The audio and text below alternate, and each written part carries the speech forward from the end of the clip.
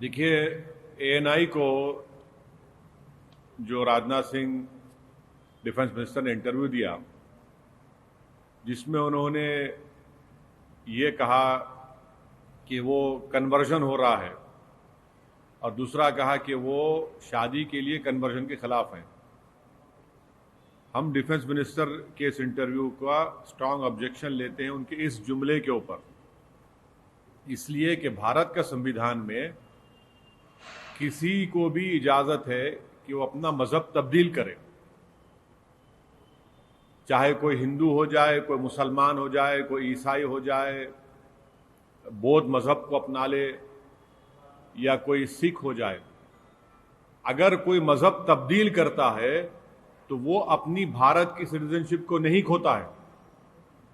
Rajnath Singh as a defence minister अगर ये बात कह रहे हैं तो हाईली ऑब्जेक्शनेबल है। तो ये मोदी सरकार जो है ये अंकल आंटी की सरकार हो चुकी है कि आप ये नहीं करेंगे, आप मजहब नहीं तब्दील करेंगे, आप मोहब्बत अगर होती है तो शादी नहीं करेंगे, आप ये खाना नहीं खाएंगे, आप ये खाना पीनेंगे। तो ये मोदी सरकार जो है ये अंकल आंटी की सरकार हो चुकी है। कोई अगर अपना मजहब तब्दील करता है तो वो भारत की सिटीजनशिप को नहीं खोता है। तो राजनाथ सिंह साहब के इस बयान की हम इसको हाईली ऑब्जेक्शनेबल है। वो कॉन्स्टिट्यूशन के खिलाफ है, राइट फ्रीडम ऑफ रिलीजन के खिलाफ है, राइट टू लाइफ के खिलाफ है, राइट टू इक्वालिटी के खिलाफ है। ये खामखा ये बता रहे हैं कि कन्वर्जन, कितना कन्वर्जन हो रहा बताइए ना आप। अगर कोई कन्वर्ट होता भी है अपनी मर्जी से होता है तो उसको भारत की सिटीजनशिप तो नहीं खोता है ना, वो इंडिया का सिटीजन रहेगा। तो इसलिए मोदी सरकार जो है ये अंकल आंटी की सरकार हो चुकी है। दूसरी बात यह है कि होम मिनिस्टर ने डेप्सांग में, गलवान वैली में, जहां पर 1000 स्क्वायर किलोमीटर के ऊपर चीन की पीएलए की फौज कब्जा करके बैठी है, हम डिफेंस मिनिस्टर ये बताने से क्यों कतरा रहे हैं कि भारत की मोदी सरकार वो 1000 स्क्वायर किलोमीटर पर जो चीन की फौज बैठी हुई है उसको कैसे हासिल करेंगे, उसके लिए उनके पास क्या स्टेप्स लेंगे। पार्लियामेंट में कहा गया था, राज्यसभा में, कि पार्टी के लीडर्स को बुलाकर ब्रीफ किया जाएगा, वो अभी तक नहीं हुआ।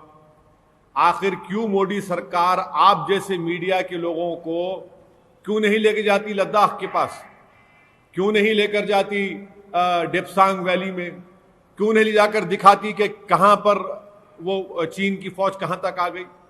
सिर्फ इंटरव्यू देना राजनाथ सिंह। अरे राजनाथ सिंह और प्राइम मिनिस्टर से हम ये डिमांड करते हैं कि भारत की मीडिया को, चलिए उस मीडिया को लेकर चलिए कम से कम जो आपकी दिन रात तायीद करती है, उनको ले जाकर दिखाइए ना। कारगिल की जब जंग हो रही थी पाकिस्तान से तो बड़े बड़े मीडिया के लोग जाकर रिपोर्टिंग करते थे। और तीसरी बात, हमारे भारत के प्रधानमंत्री जनाब मोदी चीन का नाम लेने से कतराते क्यों हैं? चीन का नाम लीजिए ना आप।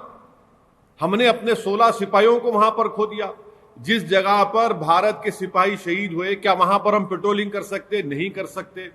राजनाथ सिंह को, देश को यह बताना चाहिए था कि भारत की इकोनॉमी को नरेंद्र मोदी की सरकार ने बर्बाद कर दिया और इकोनॉमी की बर्बादी की वजह से हमारी फौज के पास उनको पैसा नहीं मिल रहा है। मैं राजनाथ सिंह साहब ये क्यों नहीं बताते कि क्या हमारे पास 40 दिन का इंटेंस वॉर लड़ने का सामान है, एम्यूनेशन है। एएनआई के इंटरव्यू में डिफेंस मिनिस्टर ने टू फ्रंट वॉर की बात की। जब टू फ्रंट वॉर की बात की तो राजनाथ सिंह बताइए कि हम 40 दिन का असला हमारे पास है, 40 डेज का एम्यूनेशन हमारे पास है, नहीं है सिर्फ 10 दिन का असला हमारे पास है।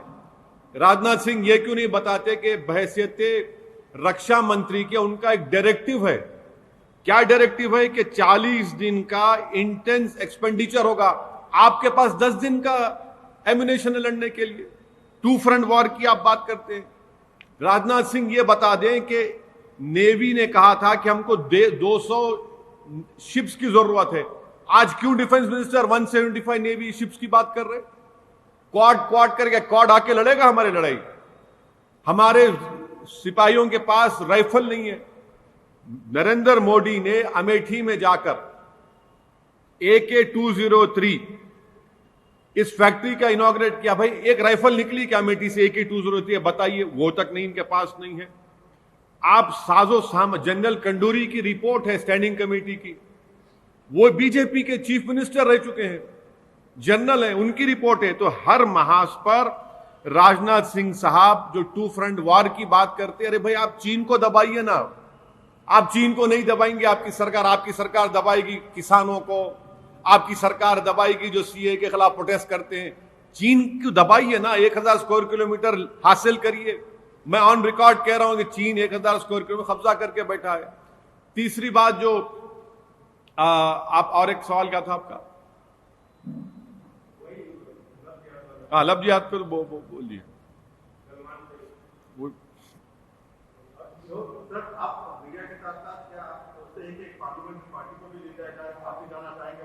अरे नेकी और पूछ पूछ, हमको लेके जाइए और हम आपको अपने साथ लेकर जाएंगे।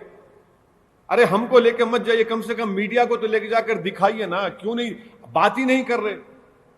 8 महीने से चीन कब्जा करके बैठा है।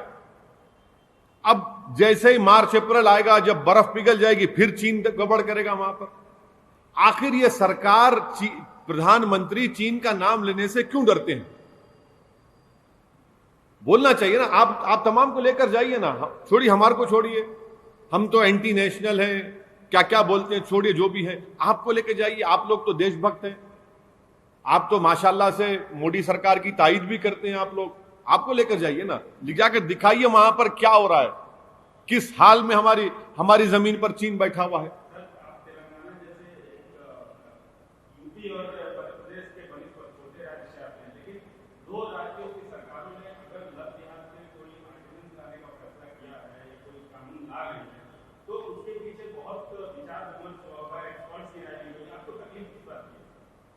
तकलीफ इस बात की है कि यह भारत के संविधान के खिलाफ है।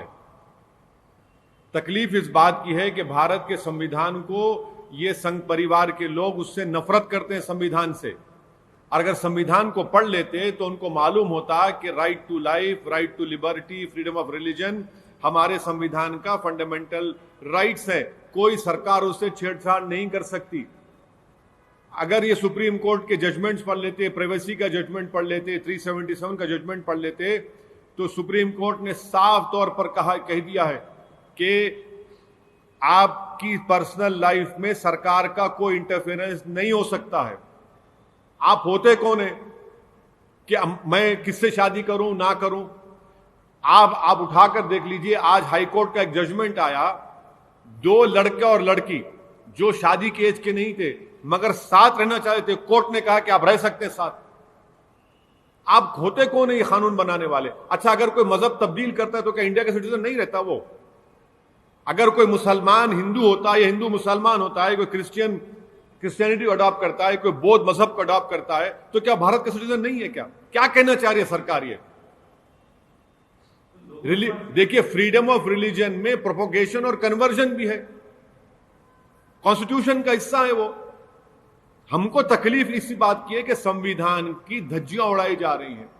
और जब आप संविधान की बात कर रहे, मध्य प्रदेश का जिक्र कर रहे, कल मंदसौर में क्या हुआ?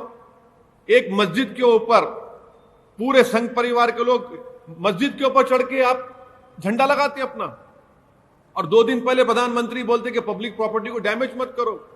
रेडिकलाइजेशन कौन हो चुका है? रेडिकलाइजेशन मंदसौर में जो ये लोगों ने हरकत की, उनका रेडिकलाइजेशन हुआ है, मेजॉरिटी कम्युनिटी का।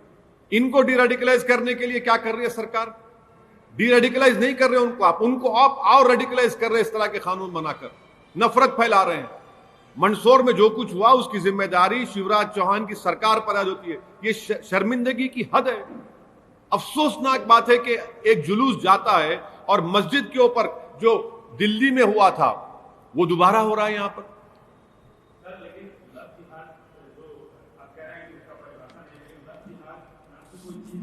क्या है? क्या है? नहीं, अगर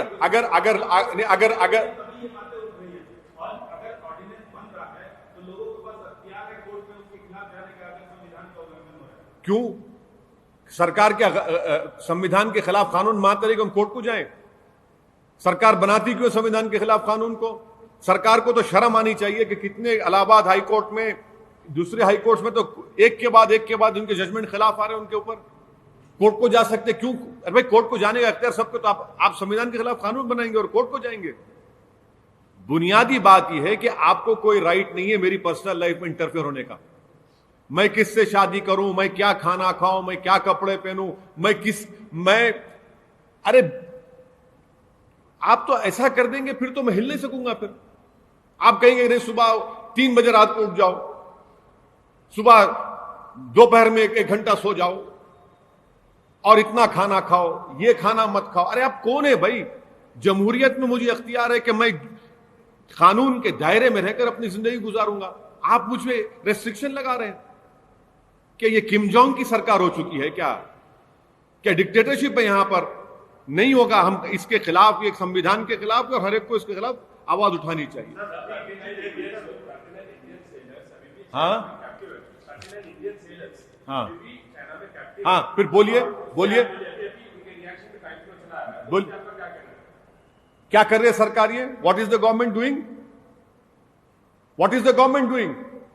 It is shame on this government that you're not able to get them back. If 39 Indian sailors are in captivity in China, arey boss, forget about them. You are not able to retrieve that 1,000 square kilometer of land where China has occupied Indian territory. What is the government doing? The government must answer to the nation and tell how will they get back those 39 sailors. We lost 16 soldiers at Galwan Valley. We demand that immediately those sailors, for no reason, they are sailors. They're not even army personnel. They are sailors of that ship. They went there, they took their goods. How can the Chinese take them into captivity for no reason whatsoever? It is high time that the government reacts to it. I want the Prime Minister to at least please tweet on it. Let the Prime Minister react and get them back.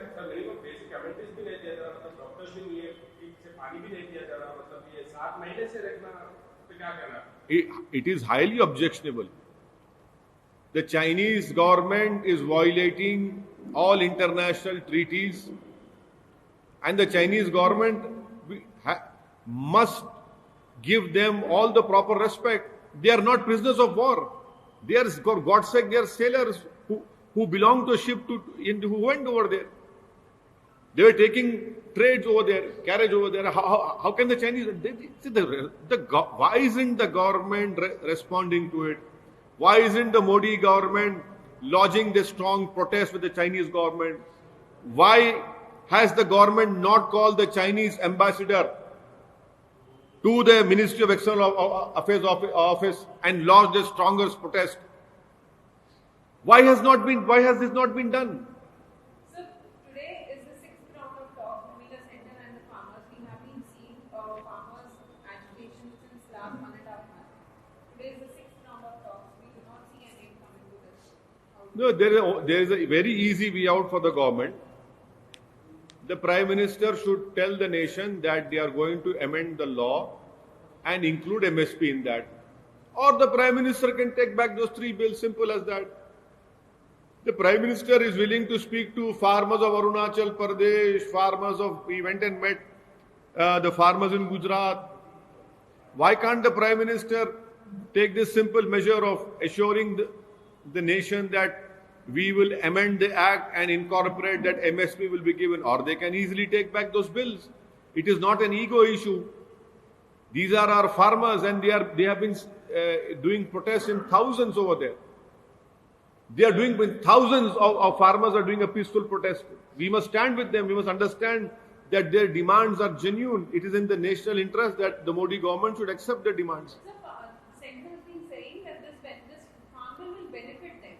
We also saw Prime Minister Modi addressing the farmers. It is not going to benefit, because if you don't have MSP, it will not benefit those farmers. There is a consensus among all the farmers throughout the country that these 3 bills are unconstitutional. Number 2, the government has unnecessarily interfered in the state subject. because agriculture is a state subject, and thirdly, this so-called propaganda of the ruling party that will benefit the farmers, it will not benefit the farmers in the long run. It will destroy the farmers. It will have a negative impact on our agriculture output. Sir, अगर ये अभी जिस प्रकार से protest हो रहे हैं, वहाँ पे टावर्स को भी जलाया जा रहा है प्रोटेस्ट के नाम पे, तो क्या ये सही है? पंजाब में मस्जिद को तोड़ दिए ना, उसको क्या बोलेंगे? आपको टावर की फिक्र पड़ी हुई है, मस्जिद जो मस्जिद के ऊपर झंडा लगा रहे उसकी बात नहीं करेंगे आप? अरे सुनिए, और एक मिनट, टावर, अगर टावर को बंद कर रहे हैं तो वहां की सरकार को करना चाहिए, देखना चाहिए क्या हो रहा है। लेकिन आप कंडेम करते हैं नहीं सर, मैं सुनिए लेकिन जिस प्रकार से प्रोटेस्ट हो रहा है, देखिए प्रोटेस्ट डेमोक्रेटिक राइट है, प्रोटेस्ट होना चाहिए और प्रोटेस्ट हर रोज होना चाहिए। सुनिए, चाहे प्रोटेस्ट मेरे खिलाफ भी हो, प्रोटेस्ट होना चाहिए। प्रोटेस्ट में वायलेंस नहीं होना चाहिए और ना सरकार स्टेट वायलेंस कराए। What? अरे you listen to me. Listen to me. There is a report of Indian Express. You should read that report. You don't read the Indian Express. You only read one news channel. That is your problem. In Indian Express, it clearly stated that when the person or that lady who was indulging in stone pelting was from a different community, immediately the police went and demolished other house. What is the police doing? Isn't it the responsibility of Madhya Pradesh police that this incident happened over there? And you ask me to condemn this, condemn that. Like, why don't you condemn the Madhya Pradesh Chief Minister government? He should be condemned. It is a BJP government which is indulging in all this violence because they want to ensure that through polarization they want to continue. They have nothing to show to the people of Madhya Pradesh. I condemn. See, I have not used the word Hindu or Muslim. I don't know why Times now using Hindu and Muslim. I don't know why Times now using Hindu and Muslim. No. My friend, are you against? Is Times now against Muslims? Is Times now only for Hindus? Is Times now not for Muslims? You please tell us. Then we'll answer your question.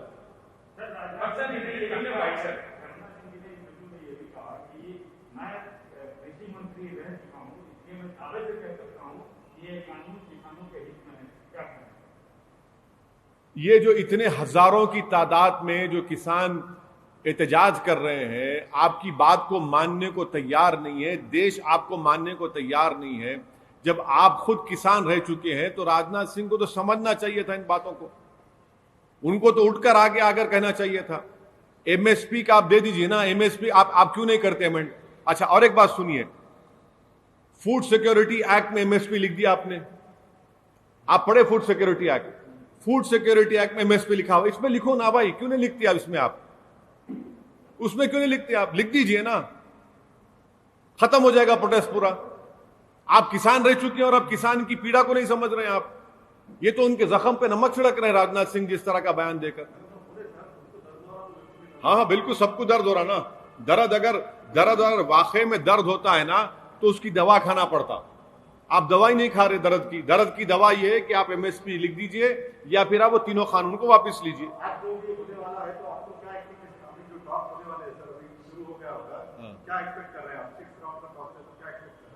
देखिए क्या मैं क्या बोलूं, क्या होता है talks के बाद ही पूछिए क्या होता है। अगर सरकार एमएसपी का अमेंड करके डाल देती है या बिल्स को वापस ले तो किस्सा खत्म हो गया। हाँ हाँ,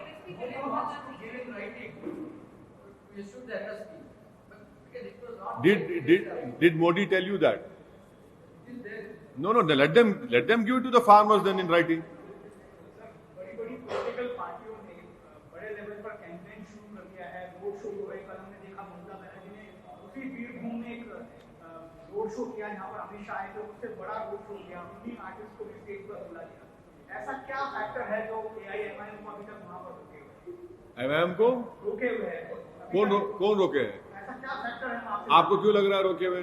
अभी तक क्योंकि बाकी पार्टियों को कोई नहीं भाई, आप काम हो रहा है, हम आप क्यों फिक्र कर रहे हैं? आप बिल्कुल फिक्र मत करिए, काम हो रहा है, आप देखेंगे इंशाल्लाह। हाँ, No, Imtiaz Jalil, our honorable MP, is going on the 1st. He's going to stay there for 2 days. He's going to meet everyone. He's going there. National expansion की भी बात हुई आपने पहाड़ियाँ मध्य प्रदेश गुजरात उत्तर प्रदेश राजस्थान हर जगह आप अपने बेस को मजबूत करने की कोशिश कर रहे हैं तो ये एक्सपेंशन के बारे में थोड़ा सा बताइए कि सर एमआईएम का क्या उद्देश्य नहीं, एक्सपेंशन देखिए, हर पॉलिटिकल पार्टी अपने आप को आगे बढ़ाती है, तो इसमें कोई ताज्जुब की बात नहीं होनी चाहिए। कर रहे हैं, कोशिश कर रहे हैं, देखिए क्या होता है। ओपोनेंट्स ये कहते हैं कि आपका पार्टी कैडर वहां पर नहीं है, संगठन इतना मजबूत नहीं है। अरे भाई, अगर नहीं है तो क्यों दर्द हो रहा है पेट में? छोड़ दीजिए ना, अच्छा ही है ना। जब नहीं है तो क्यों दर्द हो रहा है? छोड़ दीजिए ना। नहीं है तो आप फिक्र मत करिए, आराम से बैठिए ना। अब है तो फिर फिक्र करिए। देखिए ना, कुछ करते हैं तो क्यों कर रहे हैं, फिर बोलते नहीं है। अरे नहीं है, ठीक है, अच्छा है ना, आपको फायदा है, हमारे ओपोनेंट्स को फायदा है।